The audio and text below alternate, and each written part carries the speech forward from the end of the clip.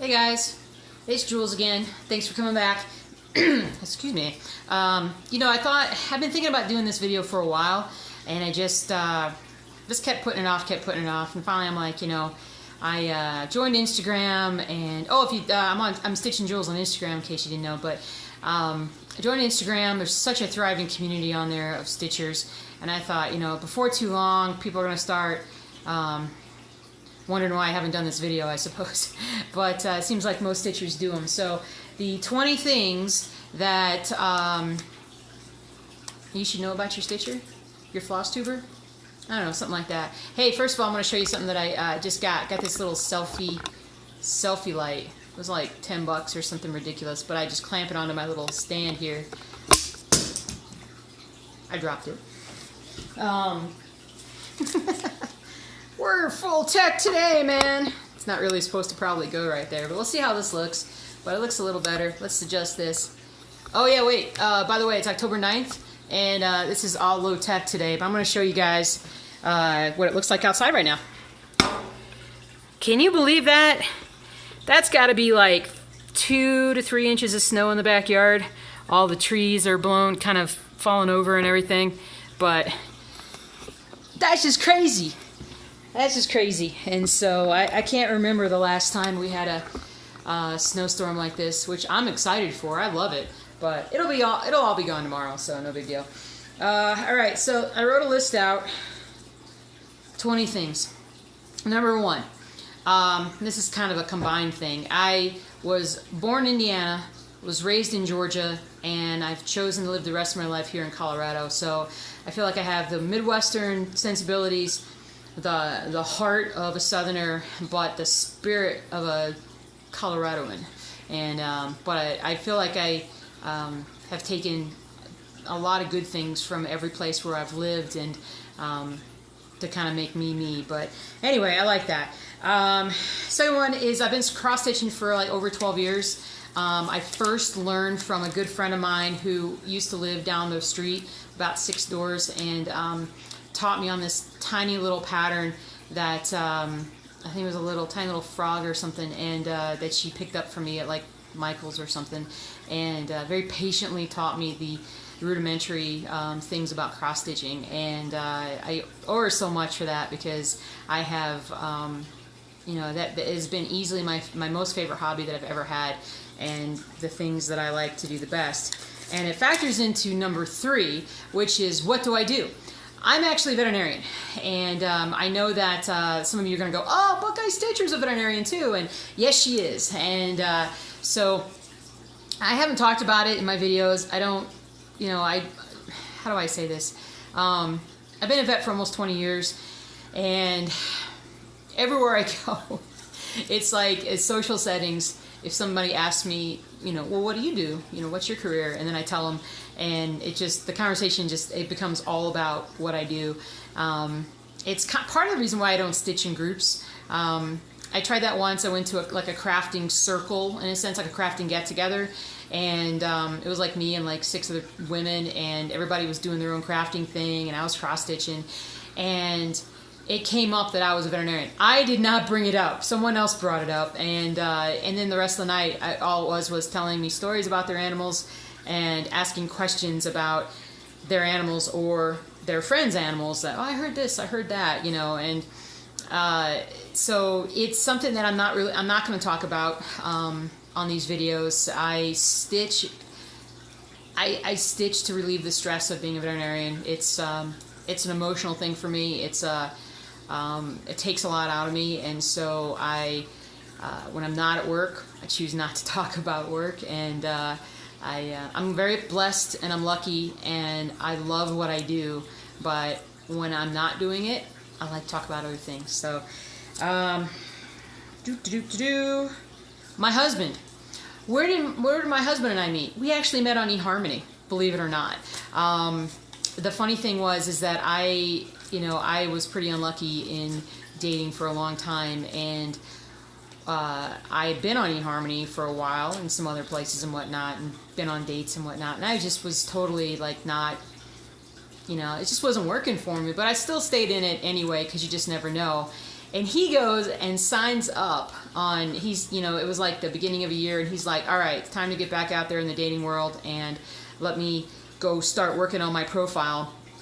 And he started working on his profile, and he saved it, and then he came back a little bit later, and eHarmony had sent him an email and said, hey, we noticed you haven't finished your profile. Go ahead and finish that up. But in the meantime, let us introduce you to Julie. So literally we were introduced before he even had signed up on eHarmony. I was the first person that he was matched with, and the only person he was matched with. And the funny thing was, he only lived a couple miles away. He was literally like a 2-minute drive from here. We went to the same grocery store. We filled up at the same gas station. We probably passed each other dozens of times on the road and in stores and whatnot, and just had never met. And when we went out on our first date, it was, we knew pretty quickly. We went out, our first date was like a Saturday afternoon. We just met and talked, and then we went out for like Sunday brunch, and then we went to a museum on that Monday because it was Martin Luther King weekend. So I took the day off, and so we went out, and pretty much by, I think we didn't see each other Tuesday, and then Wednesday we went out again, and by Wednesday it was like, yeah, we knew. And we just knew, and we were very, very lucky because we were both in our 40s when we met, and we have so much in common. It's kind of eerie, but so thankful to eHarmony that we met, because I don't know if we would have honestly even met any other way. All right, I got my list here. This is terrible. All right, so number 5. This is stupid. This is stupid, guys. Check this out. Like, look what I can do with my knuckle. Now you can see that I have the light right here, but you see my little tendon right here? I can do this. So I've always had that. I've always had a very weird loose tendon there. So I know it's kind of weird. It's kind of gross. I hope you weren't grossed out by that. I hope nobody fainted. I hope not. I hope not. I've never been out of the country. Number 6, I've never been out of the country, and neither has my husband. And I really had no desire to travel out of the country. I'm not a big traveler per se. I hardly ever go on vacations.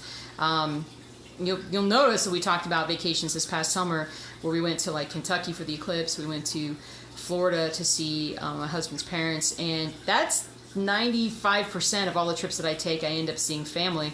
In terms of like a pure vacation, it's rare. I mean, if you out of state, I mean, we'll go up to the mountains for a day or something, but I just don't take the time. Couldn't afford to do it earlier in life, but basically, we're gonna go on our honeymoon. We're gonna take an Alaskan cruise next year, and we're gonna be going to Seattle for that for a couple of days, and that'll be awesome. And I'm really, really looking forward to that. We're actually getting passports this week. So I think Thursday is our appointment. And so I never had a passport. So we're going to have a passport. It's going to be pretty awesome. It's going to be pretty awesome. Number 8, we're going to go back. Oh, no, wait, number 7, huge homebody.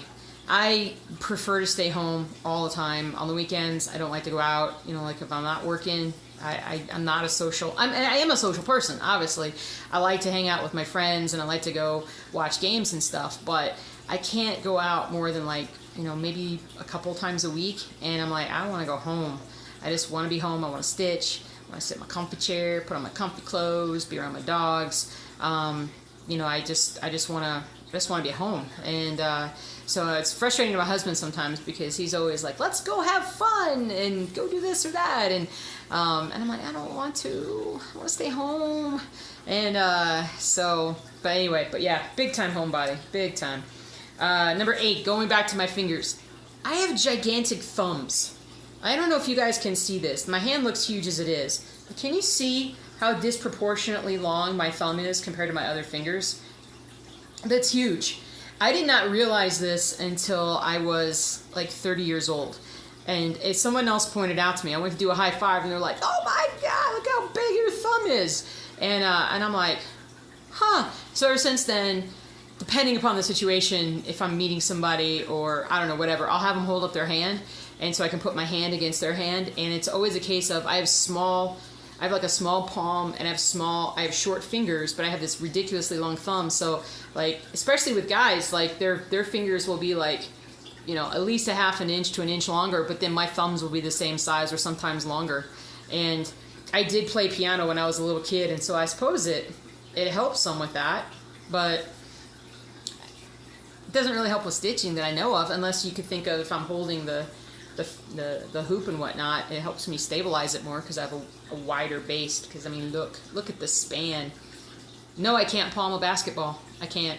My fingers aren't long enough to do it. My thumb is, but the rest of my fingers aren't. That was a bonus thing. Number 9. I am obsessed with Diet Dr. Pepper. It's 95% of everything that I drink. I should drink more water. I should drink a lot more water. But I drink Diet Dr. Pepper all the time. And so if I'm out at a restaurant, they don't have that, I'll have Diet Coke. Sometimes I'll have water, but it's almost always Diet Dr. Pepper. So I know it's not good, but it's what I do. Number 10, the day before I graduated high school, I was running an errand for my brother, and I was going to stay home because, again, homebody.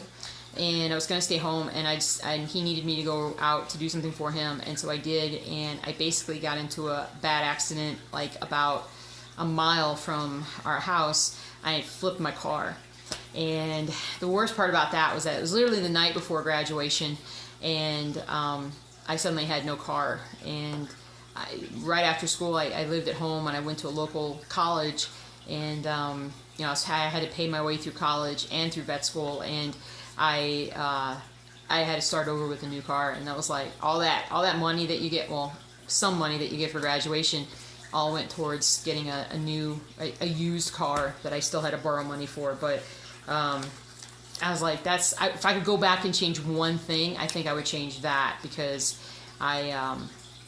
it changed things for me like that in the beginning of college. Financially it did. So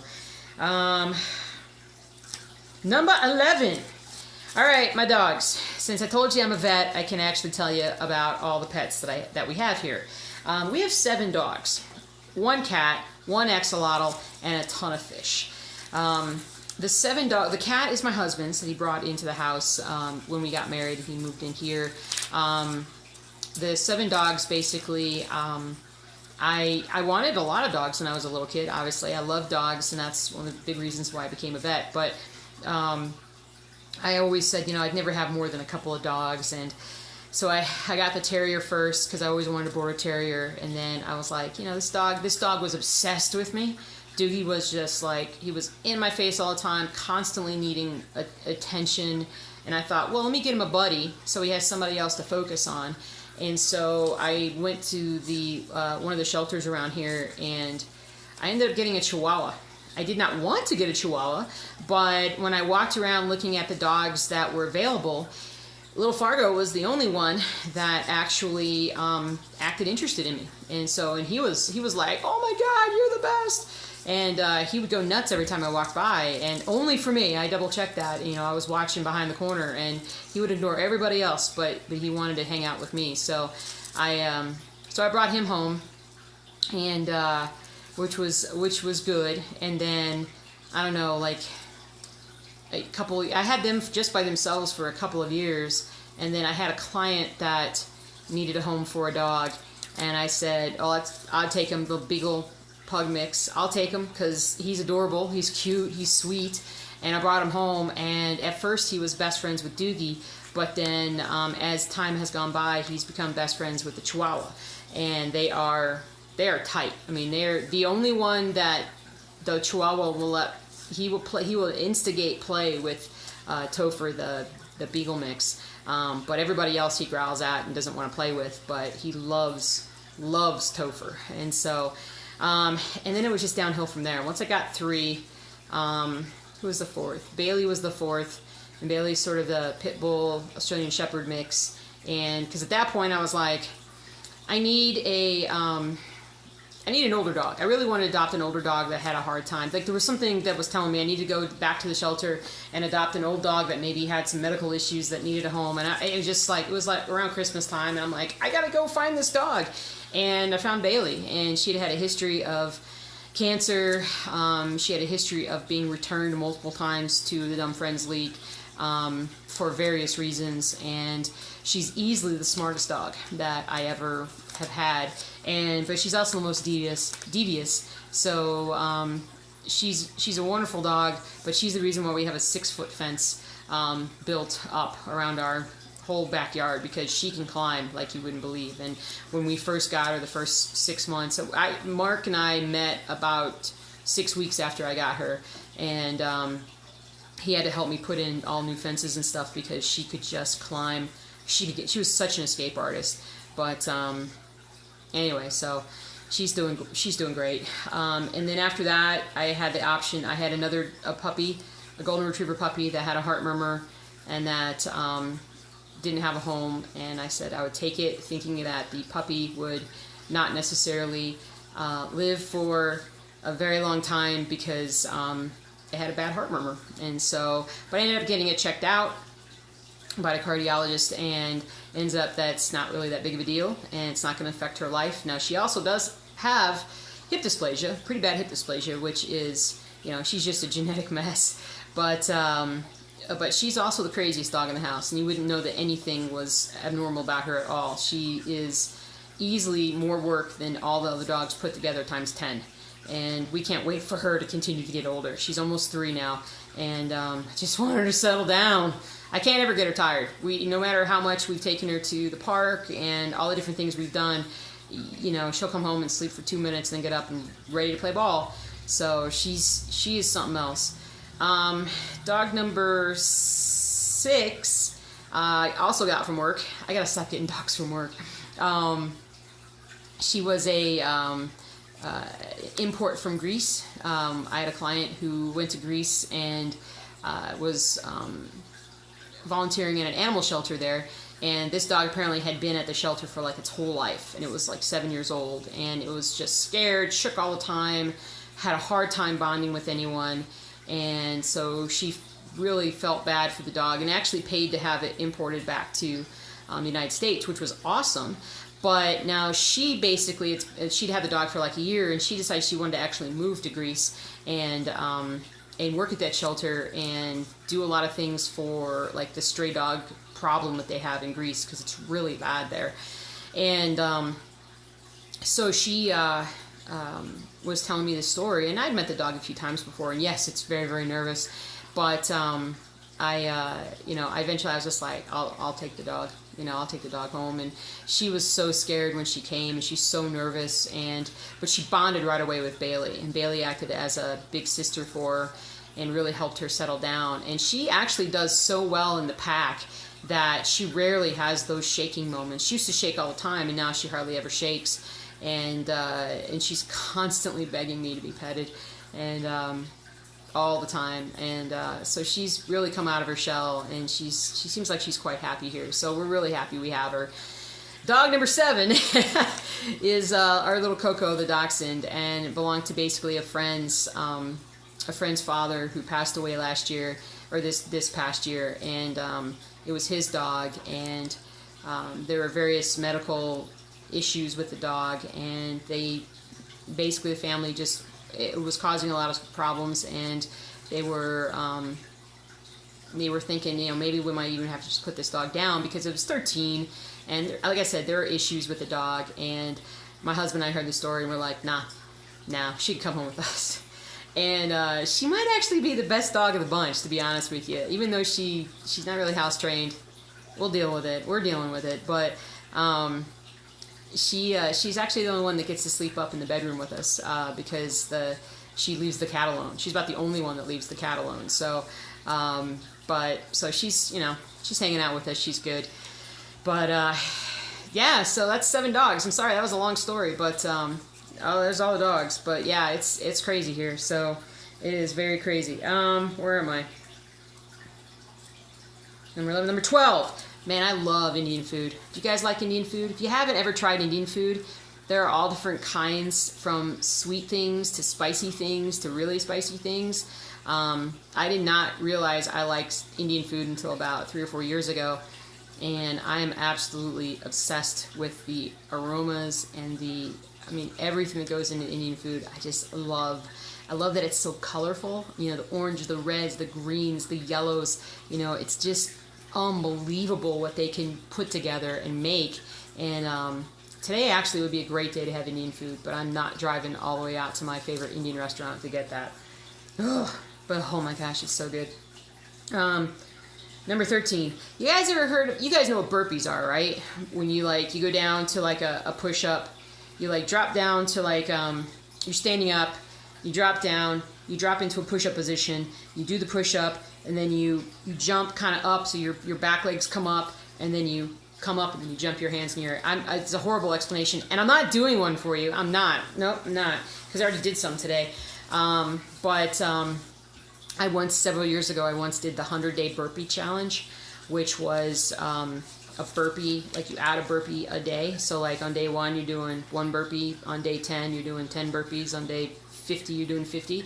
And so every day you add 1. So if 50 burpees, then 51, then 50. I mean, I gotta tell you, that was hard. That was back before I had a lot of my neck issues, and who knows, maybe that helped contribute that. But I did that, and I swore off burpees after that. I'm like, after the 100-day burpee thing was done, I was like, I'm never gonna do a burpee again because they're so hard. And it took me a number of years and whatnot, but I'm actually back to doing some burpees now because they actually are quite good at getting your heart rate up, and they're good training. And I think I did like 15 yesterday, but yeah, burpees. 14. I hate onions. I hate all the onion family, the scallions, those little things that they put in like chowder and stuff. You guys are screaming at me right now. I know you are, but I hate them. I hate them. I won't eat them. I don't like the texture. I don't like the taste. It's just the family of onions itself. Like they just overpower everything else in whatever they're in for the most part. Not always. If they're cooked well, that's not the case. But yeah, like I wish I could, because there's so many great dishes out there that have onions in them. But it's like the one thing that I won't do when it comes to food. 15. I am not a coffee drinker. I have never had like a cup of black, like regular coffee. But you may remember a couple of videos ago that I talked about, I had a pumpkin spice latte. I've had a couple of tiny little ones from McDonald's lately. And I actually got these little iced mochas. They're like low calorie, low sugar mochas from Starbucks that you can buy in the store now. And I actually had one this morning. I don't feel all that like, I don't feel like I had a ton of caffeine. I'm not sure how much caffeine is in something like that as compared to regular coffee. But yeah, I love the smell. I just didn't like the flavor. But I like the flavored stuff. So I think as I get older, I'm gonna need coffee more and more in the morning. So I love. Okay, number 16. I love old black and white movies. Love them. All the old classics. I love like Jimmy Stewart and Kate Hepburn. I love the old Hitchcock movies, the black and white ones. I think my favorite old black and white movie is Rear Window with Jimmy Stewart. Oh man, I love that movie. But all that whole time, gosh, I've seen so many of them. I just love them. And especially this time of year, it's kind of like movie watching, cross-stitching time, and start watching some old black and white movies here. All right, that was 16. 17. 17 was going to be that I can juggle. And I was going to show you guys that I can juggle, but you know what I did is I didn't plan ahead, and I didn't pull out anything that I could juggle necessarily. So I'm just going to actually grab these tiny little cans of cat food that we have, and let me just. I don't know if I can do this or not. It's going to be weird. You can see this, and so let me see if I can do this. Well, I'm staring right into the light. Let me do it this way. There we go. Boom. I taught myself how to do that when I was a kid. I actually had some kind of a juggling book that I read, and it had little diagrams to show like how you should throw stuff up and whatnot. I can only do 3. I can't do 4. And that to me is one of those like bucket list things that before I'm gone, I want to learn how to juggle 4 things at one time. But I should be able to do that. Hopefully I can learn that at some point. But I like doing it for kids a lot of times. It's fun to do things with kids. All right. Whoop. Uh-oh. I lost my list. Number 18. On the day that I turned 40, I went skydiving. There's a place here in Colorado that does a lot of skydiving stuff, and I took one of my friends. I only told one friend ahead of time that I was going to do this, and he was like, I want to go too. And I'm like, oh, thank God somebody will go with me, because I probably would have backed out, because I didn't tell anybody, because I thought I would back out. But in the end, I sucked it up and I did it, and it was scarier than anything that I've ever done before and since, and I won't do it again. I did get a video of it, and but I gotta say that it was just, I'm scared of heights. I mean, flat out scared of heights. And when you're standing at the door getting ready to fall out, and there's like nothing below you, and I had a guy literally strapped to my back, but you know, stuff happens, right? But anyway, I won't ever do it again, but I am glad that I did it. It was an experience. It was fun. But 19, coin collecting. I love to collect coins. A lot of people do a lot of collecting of different things, but I love to collect coins, and I collect coins from circulation. So I have all those books that you can get, like, collect these pennies from this year to that year, that kind of thing, pennies and nickels and dimes and quarters. And I just, if I see them in circulation, I have a list of the things that I need, and I will, if I find it, I put it into that book. But I've been doing this for years, and I've got pretty much all the coins from, like, say, 1960 to now, but it's hard to find older coins nowadays, so it is what it is. Number 20. I wrote number 20 down, but number 20 also turned out to be number 1, and I obviously didn't do this. So I'll probably say number 20 is that, I was scared to do flosstube videos. I absolutely was scared to get out there and put myself out there and do flosstube videos, and my husband really, really was an encouragement for me for that. And without him being here, I never would have done it. And he is my biggest fan, my greatest joy, and my best friend. And I just, I thank him for everything that I've been doing. He's also the reason why I got the Old World Map 2.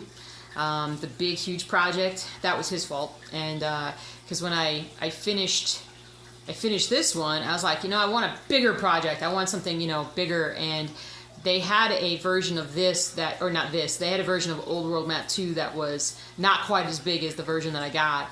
And Mark was like, go big or go home. Get the big one. Do the big one. And so he's the reason why I'm doing that. Otherwise, I don't think I would have gotten that all by myself. And he has promised that if I were to pass before him, that he would include, like, everything from that project he's going to put in my casket with. Or actually, it's probably not casket, because I'll probably get cremated. So everything gets burned with me, so to speak. And so I can work on it in the afterlife. So, but anyway, thanks to him. I love you, babe. You're the best. Got to end this video here shortly, because it's going to cut off if I don't. But there's 20 things about me that, some weird, some cool, some just like, huh, why did you say that?